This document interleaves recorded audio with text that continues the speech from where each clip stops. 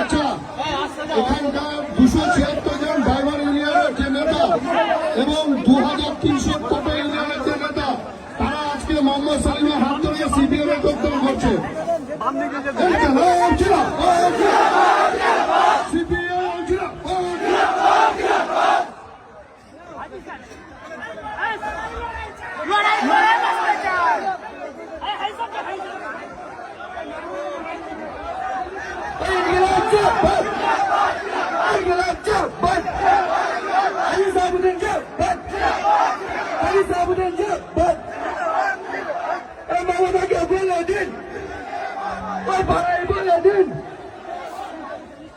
Hadi sabunan